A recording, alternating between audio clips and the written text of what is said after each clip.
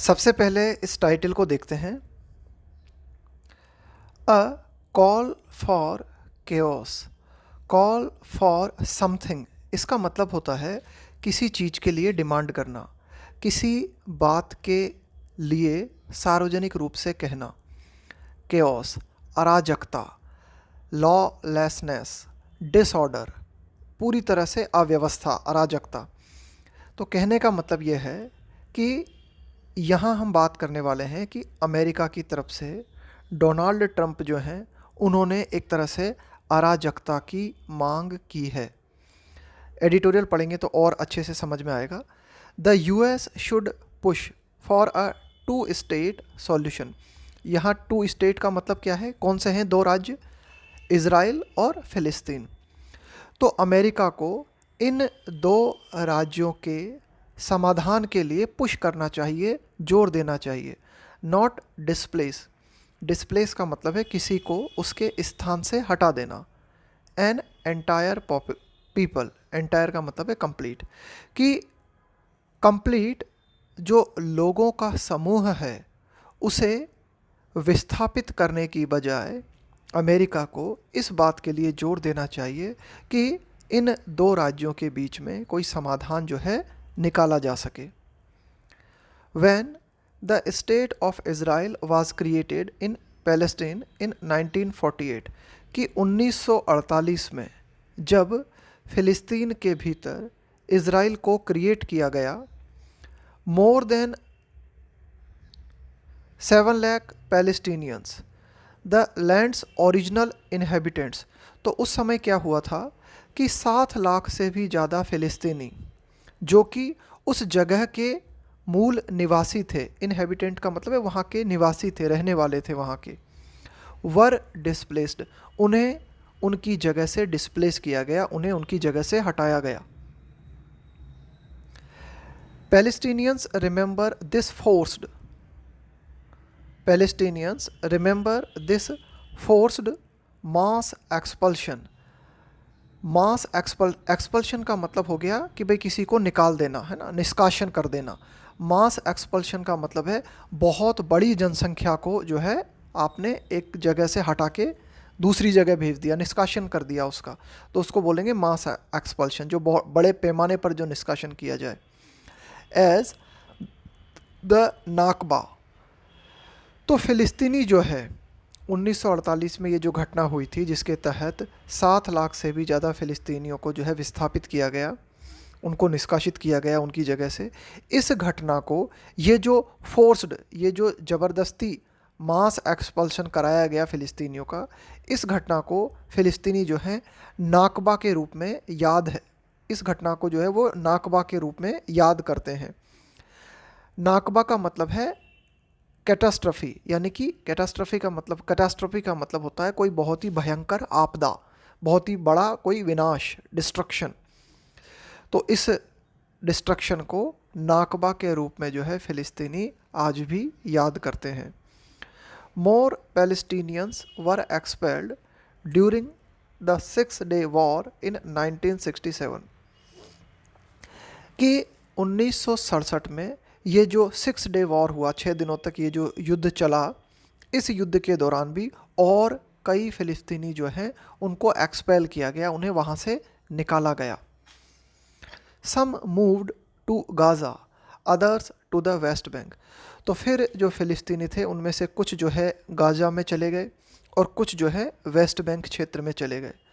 While the majority fled, यहाँ fled का मतलब है अपनी जगह को छोड़ के कहीं और चले जाना, फ्लैड टू अदर कंट्रीज़, जबकि ज़्यादातर जो फ़िलिस्तीनी थे वे दूसरे देश में चले गए। Where they and their descendants are refugees.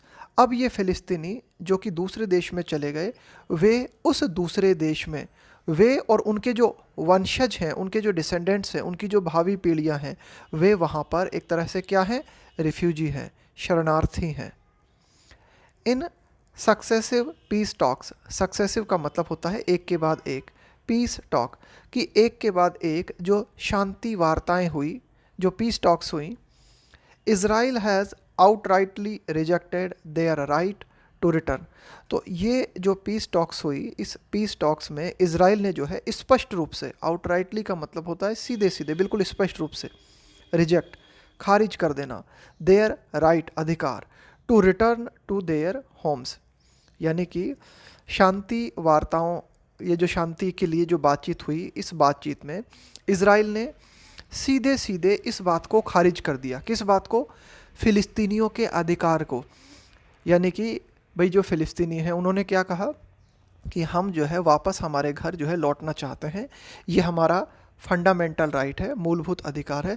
तो इस अधिकार को इजराइल ने सीधे सीधे जो है रिजेक्ट कर दिया। नाउ अब US president Donald Trump wants to forcibly transfer the 2.3 million Palestinians out of Gaza. अब अमेरिकी राष्ट्रपति डोनाल्ड ट्रंप जो हैं वो क्या चाहते हैं? वो एक तरह से फोर्स का प्रयोग करके 2.3 मिलियन से भी ज़्यादा फ़िलिस्तीनियों को गाजा से बाहर निकालना चाहते हैं। द मेडिटेरेनियन इनक्लेव, अब इस गाजा के लिए कहा गया है कि गाजा क्षेत्र जो कि भूमध्य सागरीय तटीय क्षेत्र है, एनक्लेव का मतलब होता है कोई एक तटीय क्षेत्र, that has suffered relentless Israel bombardment for 15 months. तो इस गाजा क्षेत्र के लिए कहा गया है कि इस गाजा क्षेत्र ने भुगता है, सफ़र किया है, झेला है, किस चीज़ को? रिलेंटलेस। रिलेंटलेस का मतलब होता है बिना रुके, लगातार, इजरायली बॉम्बार्डमेंट फॉर 15 मंथ्स, कि 15 महीनों से लगातार इजराइल के द्वारा जो है बम बरसाए गए इस गाजा क्षेत्र पे, और इस बॉम्बार्डमेंट को गाजा ने भुगता है। हिज प्लान, कि मिस्टर डोनाल्ड ट्रंप जो है उनका प्लान जो है उसमें क्या बात शामिल है? Relocating Palestinians to neighbouring Arab countries. उनका प्लान ये है कि जो फ़िलिस्तीनी हैं उन्हें रीलोकेट किया जाए, उन्हें गाजा क्षेत्र से हटा के जो है पड़ोस के जो अरब कंट्रीज़ है वहाँ उन्हें शिफ्ट किया जाए। Taking over the 360 square kilometre strip का मतलब होता है पट्टी, which he calls a hell hole. यानी कि गाजा पट्टी के लिए कहा गया है कि जो फ़िलिस्तीनी हैं उन्हें रीलोकेट कर दिया जाए, और ये जो गाजा स्ट्रिप है, ये जो क्षेत्र है पूरा की पूरा 360 स्क्वायर किलोमीटर का, इसको जो है ले लिया जाए। इस क्षेत्र को, ये जो गाजा क्षेत्र है, इसे मिस्टर ट्रंप ने क्या कहा है? हेल हॉल, यानी कि बहुत ही बुरी जगह, बहुत ही बुरा स्थान, एक तरह से नरक। और इस क्षेत्र को लेने के बाद एंड रीडेवलपिंग इट, इसको फिर से डेवलप किया जाए, it into the Riviera of the middle east. देखो ये जो वर्ड आया है रिवियरा, इसका मतलब होता है तटीय क्षेत्र, कि मतलब जहाँ पर लोग जो है एक साथ, तटीय क्षेत्र मतलब जहाँ पे बीच होता है और लोग जो है हॉलीडे के लिए आते हैं। तो मिस्टर डोनाल्ड ट्रंप का कहना है कि इस क्षेत्र को लेकर इसे मिडिल ईस्ट रिवियरा के रूप में फिर से डेवलप किया जाए।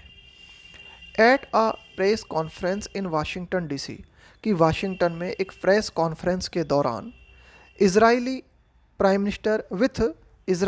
मिनिस्टर बेंजामिन नेतान्याहू, वाशिंगटन में एक प्रेस कॉन्फ्रेंस के दौरान, जिस प्रेस कॉन्फ्रेंस में डोनाल्ड ट्रंप के साथ इजराइल के प्राइम मिनिस्टर बेंजामिन नेतान्याहू भी थे, ही ऑल्सो स्टेटेड, उस प्रेस कॉन्फ्रेंस में डोनाल्ड ट्रंप ने ये बात स्टेट की, ये बात कही, sending troops to Gaza if necessary. यानी कि सेंडिंग ट्रूप्स का मतलब हुआ सेना को भेजना, सैन्य ट्रूप्स का मतलब सैन्य टुकड़ी आपकी, टू गाजा इफ़ नेसेसरी, कि यदि ज़रूरत पड़ती है तो मिस्टर ट्रंप ने ये बात कही कि भाई हम वहाँ पर जो है सेना भी भेज सकते हैं। तो सेना भेजने के बारे में भी मिस्टर ट्रंप ने बात कही। The White House later claimed, कि जो वाइट हाउस है उसने बाद में ये दावा किया that he meant a temporary relocation of Palestinians, कि वाइट हाउस की तरफ से ये बात कही कि डोनाल्ड ट्रंप के कहने का मतलब था कि फ़िलिस्तीनी जो है उनका रीलोकेशन जो है टेम्परेरी रहेगा, मतलब थोड़ी देर के लिए, कुछ समय के लिए। It also clarified, white house की तरफ से इस बात का भी स्पष्टीकरण दिया गया that he had not committed to deploying. देखो कमिट के बाद में हम लगाते हैं टू प्रेपोजिशन, और इसके बाद में जो वर्ब आती है उसमें हम करते हैं आईएनजी का प्रयोग। इट ऑल्सो क्लैरिफाइड, तो वाइट हाउस की तरफ से ये बात भी क्लैरिफाई की गई कि डोनाल्ड ट्रंप जो है उन्होंने इस बात के प्रति कमिटमेंट नहीं दिखाया है। कमिटमेंट का मतलब है प्रतिबद्धता। To deploying US troops, deploy का मतलब है तैनात करना US troops, but reaffirmed that his out of the box proposal for Gaza was a serious one. भाई ये बात कही गई वाइट हाउस की तरफ से कि मिस्टर ट्रंप जो हैं उन्होंने इस बात को डेडिकेशन के साथ नहीं कहा है कि यूएस ट्रूप्स जो है उसको डिप्लॉय कर ही दिया जाएगा, लेकिन रीअफर्म का मतलब है और ज़्यादा ज़ोर से किसी बात को कहना कि उनका ये जो out of the box proposal है, उनका ये जो विचित्र प्रस्ताव है अमेरिकी सेना भेजने का, ये प्रस्ताव जो है एक तरीके से वो सीरियस है, गंभीर है। हाउएवर, हालांकि mister Trump's plan has at least 3 fundamental problems, कि मिस्टर ट्रंप का जो प्लान है उस प्लान से जुड़ी हुई 3 बड़ी समस्याएं हैं। Has at least 3 fundamental problems, कि 3 आधारभूत समस्याएं मिस्टर ट्रंप के प्लान के साथ जुड़ी हुई है। फर्स्ट, पहली बात तो ये, Palestinians are not an imperial possession, कि जो फ़िलिस्तीनी हैं वो कोई इम्पीरियल पोजेशन का मतलब होता है कि भाई इम्पीरियल का मतलब होता है शाही, साम्राज्य से संबंधित, कि भाई फ़िलिस्तीनी जो हैं वो ऐसा नहीं है कि किसी के साम्राज्य के अंतर्गत आने वाले लोग हैं, कि किसी के साम्राज्य के अधीन हैं। पोजेशन का मतलब है कि भाई आपके अधिकार में है कोई चीज़। That Israel and the US can bomb and relocate at will, will का मतलब है यहाँ पे इच्छा, कि फ़िलिस्तीनी जो हैं वो किसी साम्राज्य की वस्तु नहीं है कि उन पर इज़राइल और अमेरिका जो हैं वो जब चाहे बमबारी कर सकें और जब चाहें उन्हें रिलोकेट कर सकें। They are a people with a national identity, कि फ़िलिस्तीनी जो हैं वे लोग हैं जिनकी एक राष्ट्रीय पहचान है। Whose collective history present and future is deeply tied to the Palestinian land, और जो फ़िलिस्तीनी लोग हैं उनका जो सामूहिक इतिहास है, उनका जो प्रेजेंट है, उनका जो फ्यूचर है, वो बहुत ही गहरे रूप से बंधा हुआ है। टाइड का मतलब है बंधा होना, टू द पैलेस्टीनियन लैंड, कि जो फ़िलिस्तीनी ज़मीन है उनसे उनका इतिहास, प्रेजेंट और फ्यूचर सब कुछ जुड़ा हुआ है। Despite relentless Israeli bombardment, relentless का मतलब है बिना रुके, लगातार। डिस्पाइट का मतलब है के बावजूद, कि इज़राइल के द्वारा लगातार बॉम्बार्डमेंट के बावजूद भी द पैलेस्टीनियंस ऑफ गाजा, कि गाजा क्षेत्र के जो फ़िलिस्तीनी हैं हैव रिफ्यूज्ड टू लीव, उन्होंने उस जगह को छोड़ने से इनकार कर दिया है। Now mister Trump is advocating, advocate का मतलब है एक तरह से किसी के समर्थन में कुछ कहना। Now mister Trump is advocating what is essentially a call for ethnic cleansing. Ethnic का मतलब होता है प्रजातीय, जातीय। क्लिनजिंग, देखो इथनिक क्लिनजिंग का मतलब होता है किसी प्रजाति की सफाई कर देना, है ना, पूरी के पूरे एक बहुत ही बड़े समूह की, एक बहुत ही बड़ी जाति को ही एक तरह से हटा देना। तो जो बात मिस्टर ट्रंप कह रहे हैं, जिस बात को मिस्टर ट्रंप समर्थन दे रहे हैं, वो क्या है? वो एक तरह से एक डिमांड है, किस बात की? एथनिक क्लिनजिंग की, कि भाई पूरे जो फ़िलिस्तीनी हैं उनको ही हटा दिया जाए, पूरी जगह को ही क्लीन कर दिया जाए, जो कि क्या है? एक अनोदर नाकबा है, एक तरह से एक और बहुत ही बड़ी आपदा है।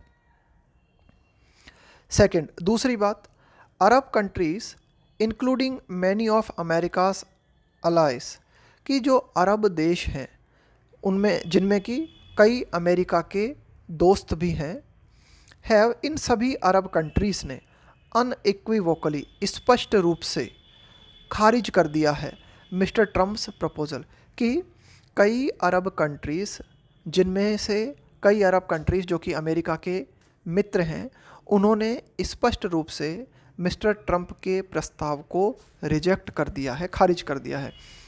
They understand that Palestinians who were forcefully removed never managed to return, कि ये जो अरब कंट्रीज़ हैं वे इस बात को समझते हैं कि पूर्व में 1948 में, 1967 में कि जो फ़िलिस्तीनी थे जिनको कि ज़बरदस्ती अपनी जगह से रिमूव किया गया, वे फिर वापस नहीं लौट पाए। Even authoritarian Arab rulers, regardless of their dependence on US aid का मतलब होता है सपोर्ट, सहायता, कि कई अरब रूलर्स हैं ना जो अथॉरिटेरियन हैं, बिना इस बात की परवाह किए, regardless of their dependence on US, यानी कि कई अरब रूलर्स हैं जो कि अमेरिका की सहायता पे निर्भर हैं, उन्होंने भी must pay attention to the sentiments of their people, इन अरब रूलर्स को भी जो है ज़रूर ध्यान देना चाहिए। किस बात पर? सेंटिमेंट्स का मतलब हुआ भावनाएं, कि ऑफ देयर पीपल, कि अपने लोगों की भावनाओं पर उन्हें भी ध्यान देना चाहिए, यानी कि फ़िलिस्तीनियों की बात, फ़िलिस्तीनियों की जो एक तरह से पीड़ा है उसे समझना चाहिए।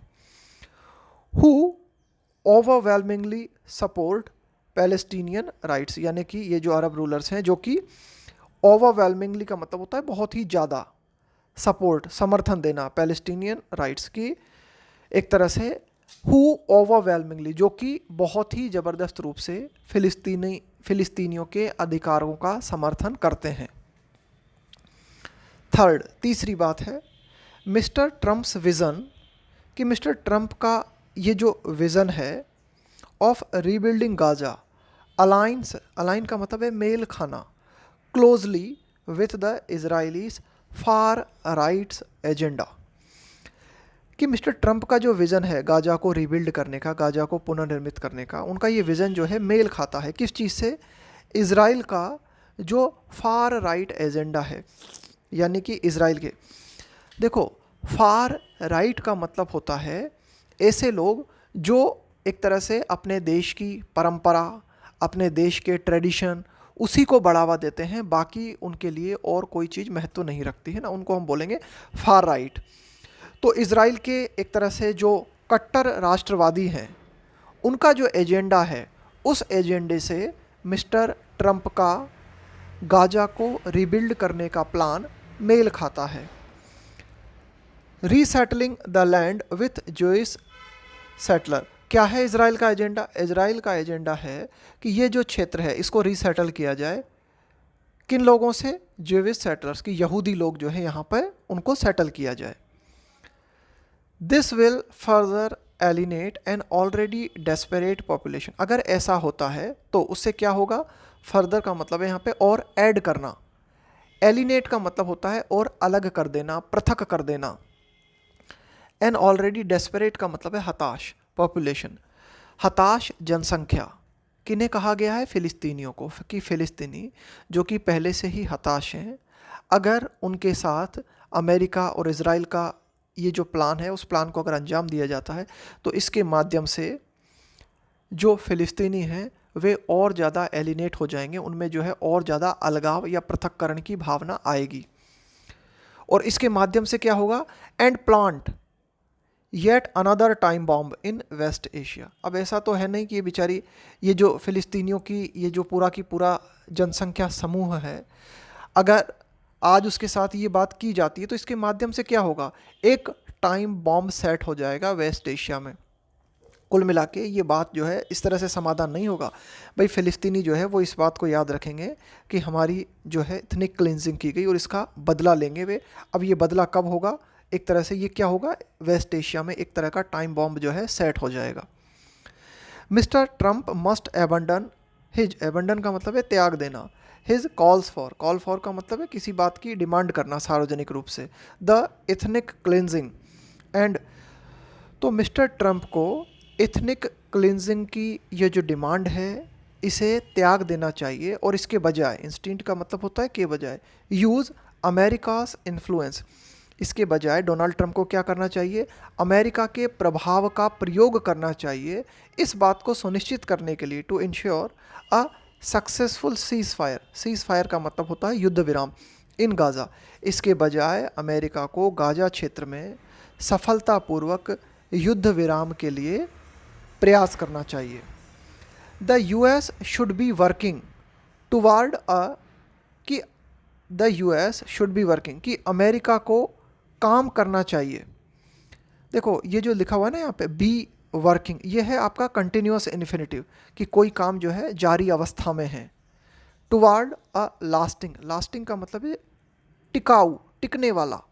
जस्ट, जस्ट का मतलब है न्याय संगत, है ना, न्याय के अनुसार बिल्कुल करेक्ट सॉल्यूशन।